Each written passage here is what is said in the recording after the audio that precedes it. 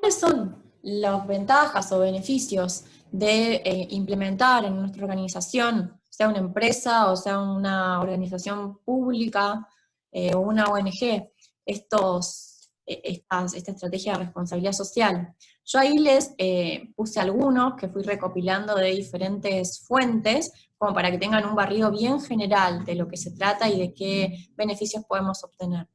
El primero que me interesaría comentarles es el tema de que se logra, a partir de esta implementación, una mayor lealtad y una menor rotación de los grupos de interés. ¿Qué significa esto? Básicamente, en una sola palabra, fidelización. Lo que obtenemos es eso. Obtenemos tanto de nuestros clientes internos como externos, para usar las palabras que me dijeron ustedes en la clase del jueves, obtenemos eso, una mayor fidelización de los mismos, que estén contentos con nuestro accionar. Obviamente, por otro lado, y vinculado también a este aspecto, podemos notar una mejora de las relaciones en general, con nuestros vecinos, con la comunidad en general, y también con las autoridades. Obviamente, si hablamos de temas un poco más macro, podemos decir que al implementar una estrategia de responsabilidad social, nuestra organización está contribuyendo al bienestar común y al desarrollo de una sociedad quizás un poco más equitativa, al desarrollo de esas comunidades en las cuales se encuentra asentada. Por otro lado, podemos hablar de un incremento de la visibilidad de nuestra organización al asumir este comportamiento responsable. Y también, no solamente en la comunidad, sino, si hablamos de una empresa, también dentro de lo que es el mundo empresarial.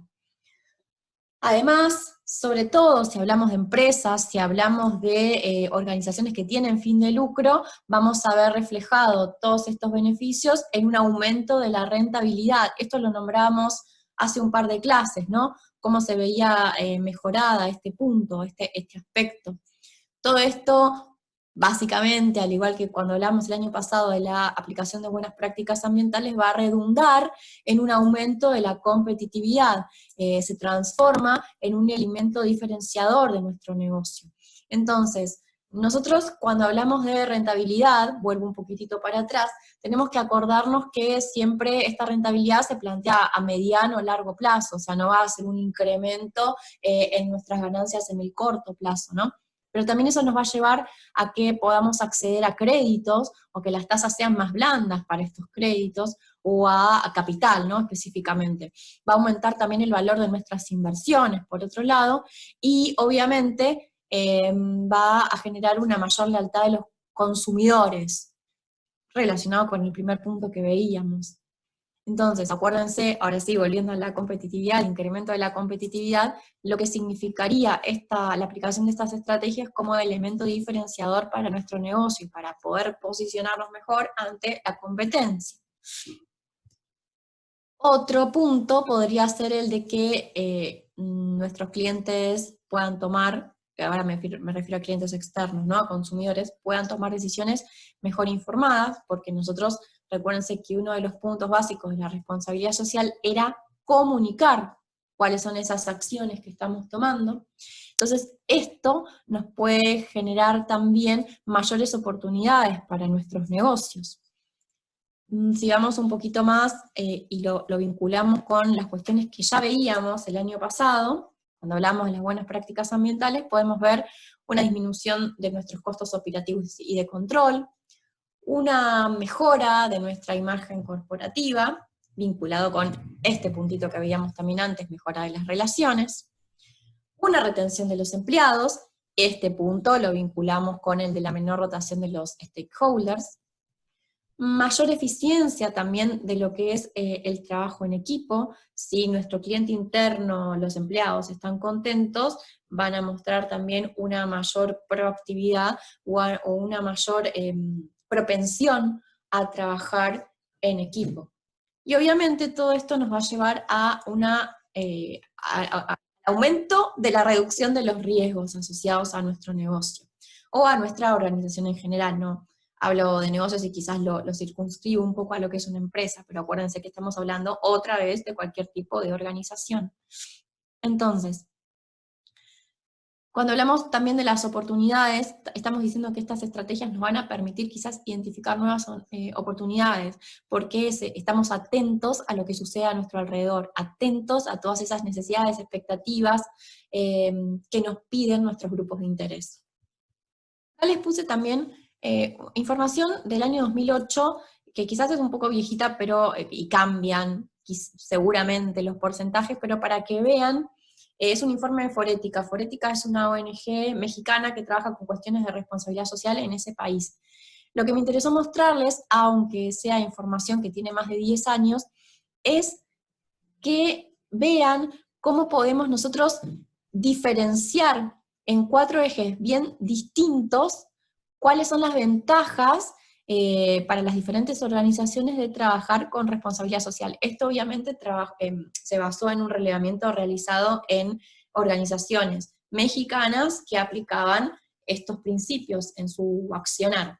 Entonces, Forética lo que hace es diferenciar los distintos beneficios o ventajas de la aplicación de estas estrategias en 4 ejes diferenciados.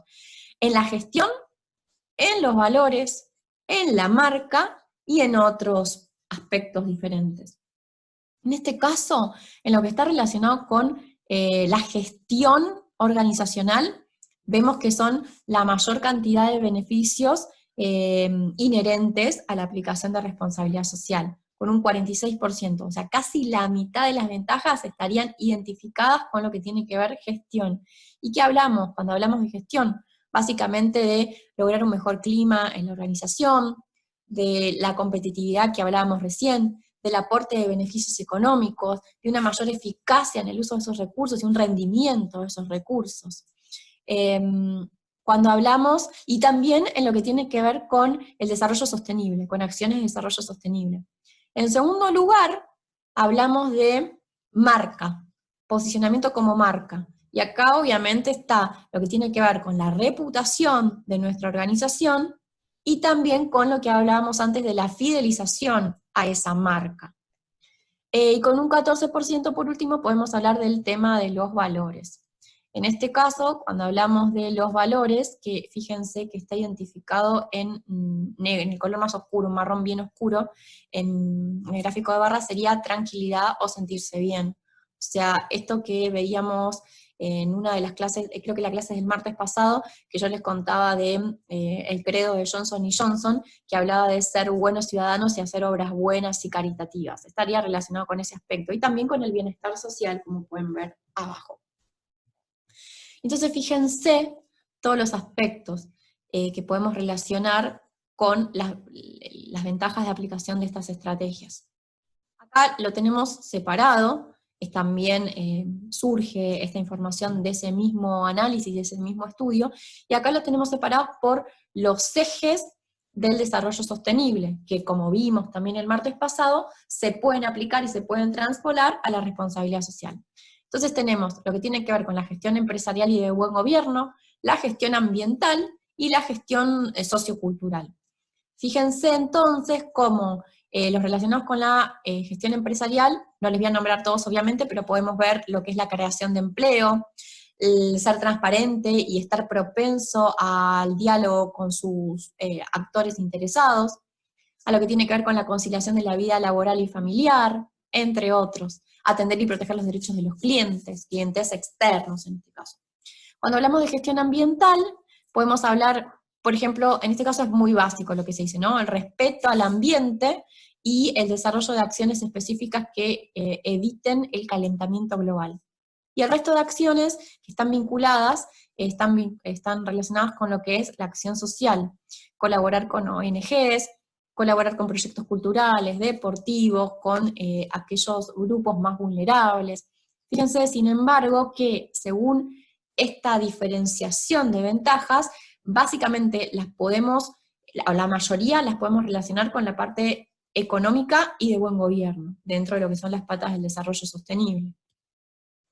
Yo la clase pasada, la del jueves, les comenté que había una diferencia entre lo que es una acción de responsabilidad social y una acción social. Y acá entonces les hice un cuadrito para que puedan entender cuáles son estas diferencias y por qué una acción que quizás para ustedes podría ser de responsabilidad social, en realidad termina siendo una acción meramente social, que es algo totalmente diferente. Entonces, una acción de responsabilidad social tiene que estar, como vimos hasta ahora, incorporada en la organización, tiene que ser parte de nuestras políticas, de nuestras estrategias, de nuestra planificación a corto y largo plazo. En cambio, una acción social es algo externo a esa organización, es algo que quizás se puede dar una vez al año o por un periodo determinado, pero que no forma parte de lo que es las políticas empresariales propiamente dichas, no está intrínsecamente relacionado con la organización.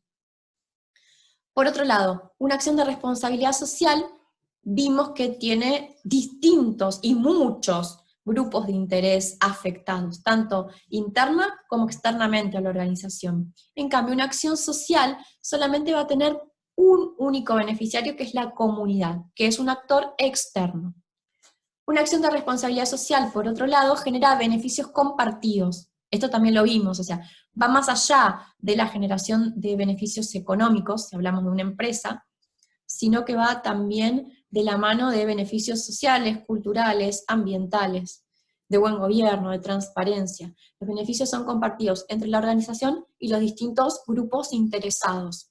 En cambio, una acción social es netamente caritativa o altruista, se realiza para sentirse bien, como veíamos recién en otra de las diapos. Es algo que lo hacemos y no esperamos algo a cambio, digamos.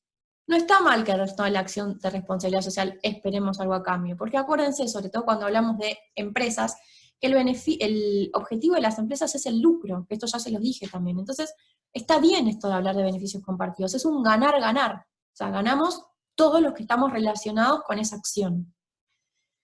Por otra parte, y ya vamos en el cuarto punto, una acción de responsabilidad social lo que hace es producir capacidades, aumentar las capacidades y el desarrollo tanto en el entorno externo como interno a la organización. Un poco vinculado también con lo de los beneficios compartidos. Ganamos todos.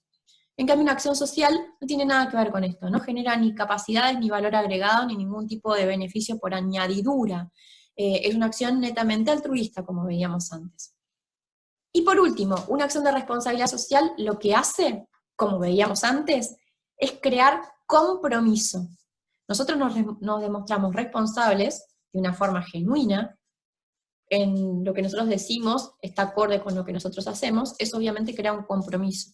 En cambio, una acción social, una acción de filantropía o de caridad, puede llegar a ocasionar dependencia, ocasionar que ese público al que nosotros estamos tratando de beneficiar dependa demasiado de esa ayuda que le estamos dando, y realmente acá se vea reflejado cuando no estamos generando capacidades. Un ejemplo que quizás se entiende, aunque sea muy burdo, es que no estamos enseñando a pescar, sino que directamente damos el pescado para que la gente se alimente. Y lo que nosotros queremos con las acciones de responsabilidad social es ayudar a pescar, justamente.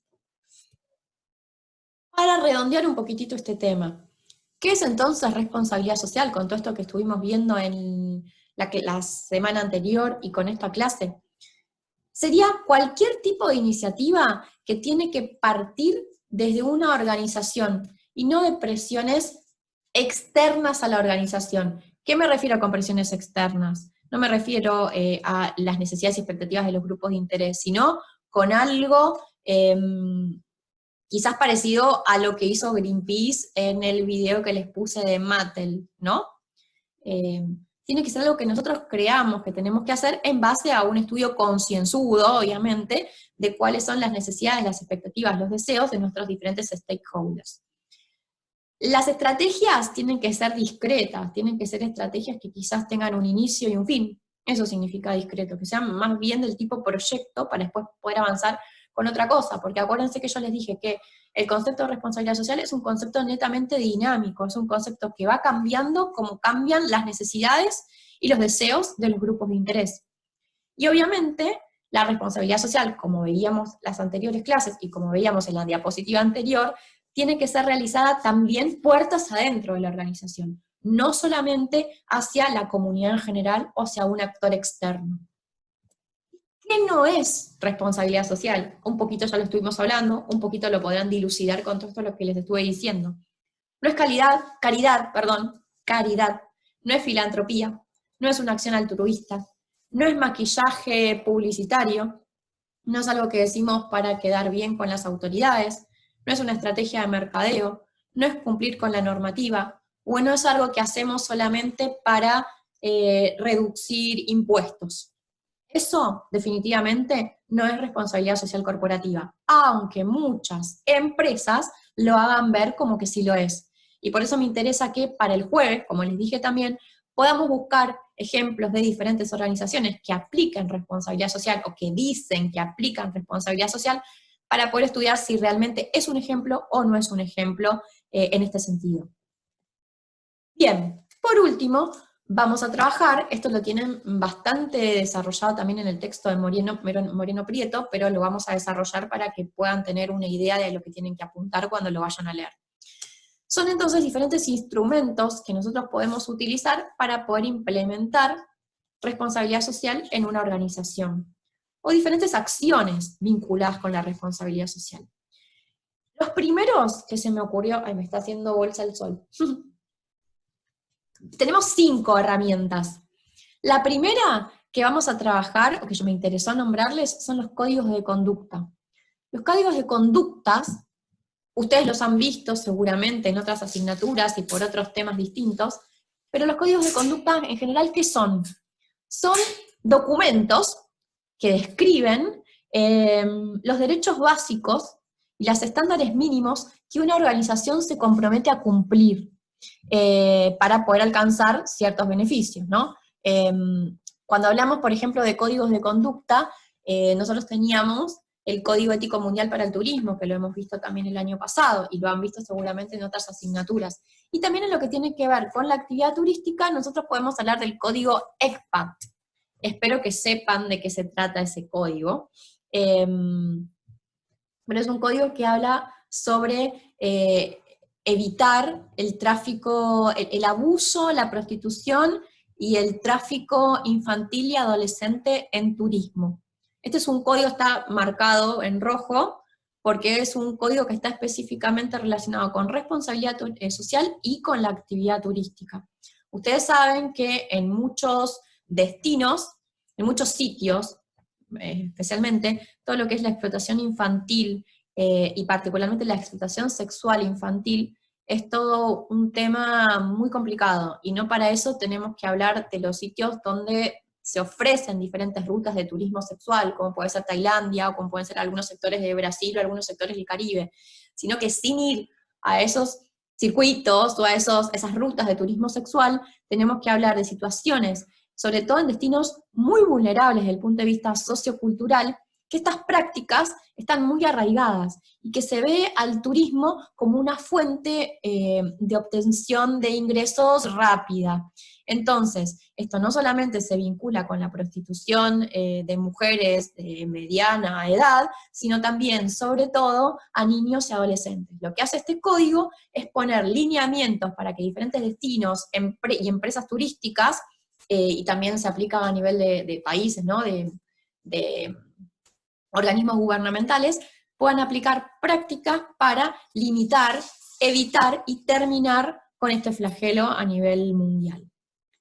Después quizás vamos a trabajar un poquitito más con este código, si es que no lo trabajaron en alguna otra asignatura, pero por ahora les dejo eso, ¿no? Lo que son códigos de conducta, y particularmente este que es de aplicación para la actividad turística. Luego tenemos también a lo que son los informes o reportes de responsabilidad social. En este caso estamos hablando de informes que son preparados y publicados por una organización, una empresa o una organización pública, o una organización de cualquier tipo, que lo que hacen es medir el desempeño económico, social, ambiental y de gobierno de sus actividades, y comunicando a las partes interesadas esos resultados. Otra vez, habíamos dicho que una parte importante de responsabilidad social es la comunicación de los resultados, y lo que logramos con estos reportes es justamente eso. Yo les puse ahí el logo de 2 organizaciones que a nivel nacional, o sea, en nuestro país, nuclean empresas que trabajan bajo responsabilidad social, y que se ocupan de realizar reportes con diferentes acciones que van brindando estas empresas. Ese es un tipo de reporte que podemos armar, o sea, un reporte de una organización que toma diferentes ejemplos de distintas organizaciones, u otro es lo que nosotros podemos armar como organización con todas las acciones que nosotros tomamos como organización, o tomando las más importantes. Pero bueno, me interesa también que quizás chusmeen estas dos asociaciones, estas dos organizaciones, mejor dicho, para que vean cuál es el trabajo, ¿no? Y cuáles son las organizaciones asociadas a las mismas. Tenemos por un lado el IARSE, que es el Instituto Argentino de Responsabilidad Social y Sustentabilidad. En un pasado se llamaba Instituto Argentino de Responsabilidad Social Empresaria, ahora se amplió el alcance. Y por el otro tenemos al SEATS, que quizás es más conocido a nivel empresarial y en general en nuestro país, porque es también de más larga data, ¿no? Que es el Consejo Empresario Argentino para el Desarrollo Sostenible. Vean, las páginas de ambos son www.iarse.org y www.seats.org. Vean las páginas a ver qué les parece, quizás pueden encontrar aquí los ejemplos que yo les pedía para analizar, o puede servir de disparador para que después puedan seguir indagando en alguno de esos ejemplos. Por otro lado tenemos a las inversiones socialmente responsables. Este quizás puede ser un poco distinto y difícil de entender para ustedes, pero en realidad se basa en, lo que hace es reunir distintos elementos para integrar criterios extrafinancieros, ambientales y sociales también, que no sean solamente criterios económicos, a eso me refiero con extrafinancieros, en las decisiones de inversión en carteras bursátiles. Esto está relacionado con la bolsa, con el mercado de valores. Entonces, hay un índice dentro del mercado de valores que es el Dow Jones. Y dentro de Dow Jones tenemos un índice socialmente responsable que se conoce como Dow Jones Sustainable Index, o sea, el índice de sostenibilidad de Dow Jones. Empresas que cotizan en bolsa, y sobre todo empresas que se quieren mostrar responsables, lo que hacen es también asociarse o empezar a ser cada vez más visibles dentro de lo que es este índice socialmente responsable. Una de esas empresas, por ejemplo, que quizás fue bastante conocida hace unos años, en el 2015, es Volkswagen, la empresa automotriz. Y es tristemente conocida, diría yo, porque ella está cotizada, Volkswagen cotiza en bolsa, aplicaba este índice socialmente responsable, pero en el año 2015 fue separado del mismo, en septiembre más específicamente, después de que la EPA, o sea, la Agencia de Protección Ambiental de los Estados Unidos, detectara que había usado un software para truchar los niveles de emisión de diferentes modelos de autos. O sea, lo que hacía este software es mostrar que esos modelos de autos emisiones gaseosas, valga la redundancia, menores a lo que realmente emitían. Y eran estos límites muy superiores a los legales. ¿En qué modelos de autos se detectó esto? Por ejemplo, en el Passat, en el Audi A3, en el Golf, en el Beetle. Muchos de estos autos que les estoy diciendo son autos de alta gama. Entonces lo que se hizo fue separar a Volkswagen de este índice bursátil. Imaginen lo que significó en ese momento. Ese escándalo se conoció como el Dieselgate, para que ustedes tengan una idea. ¿Y por qué hizo esto Volkswagen? Por una de dos razones. O porque no tenía la tecnología suficiente para generar coches que tuvieran o que generaran menos emisiones, y había dicho que sí la tenía, y sí quería mostrarse responsable desde este punto de vista, o porque no le interesaba hacerlo por motivos netamente económicos. Entonces era más fácil optar por decir que hacíamos una cosa, usar un software para mentir, que realmente hacer las inversiones necesarias para hacer lo que tenía que hacer. Entonces acá vemos un ejemplo de una empresa que se mostraba responsable y que realmente no lo era. Por otro lado tenemos a lo que son las guías o principios, que yo algo les nombré en la clase pasada respecto a este tema, y cuando les hablaba, por ejemplo, de lo que es el Pacto Mundial o el Pacto Global. ¿Qué es en este caso? Cuando estamos hablando de estas guías o de principios, ¿de qué estamos hablando? Básicamente de lineamientos que lo que hacen es orientar a la organización en la construcción de un marco social, ético, de buen gobierno y ambiental, que afiance en la gestión de sus negocios o de su organización en general valores que sean socialmente responsables y universalmente reconocidos, por otro lado, ¿no? Estos que hablábamos la clase pasada, los derechos humanos, salud y seguridad, protección o conservación ambiental, que acuérdense que eran los componentes que Moreno Prieto cita como donde deben caer las diferentes acciones de responsabilidad social en una organización. Dentro de estas guías o principios, el más conocido es justamente este que les estuve mencionando, el Pacto Mundial o el Pacto Global. Esta es una iniciativa que empezó a trabajar la Organización de las Naciones Unidas en 1999 a instancias de quien fue su secretario general, quien era su secretario general en ese momento, que era Kofi Annan, que tomó muchas medidas relacionadas con el desarrollo sostenible. O sea, es muy conocido ese secretario general justamente por el impulso a estas medidas, ¿no? Entonces, en ese momento, ¿qué era? Era un llamado a que las empresas se puedan mostrar realmente más responsables y pudieran participar en la construcción quizás de una sociedad un poco más justa. En un primer momento se hablaba a nivel de empresas, luego obviamente se estableció, se amplió a diferentes tipos de organizaciones. Entonces, la mayoría de los gobiernos también a nivel mundial aceptaron los distintos principios del Pacto Mundial, ¿no?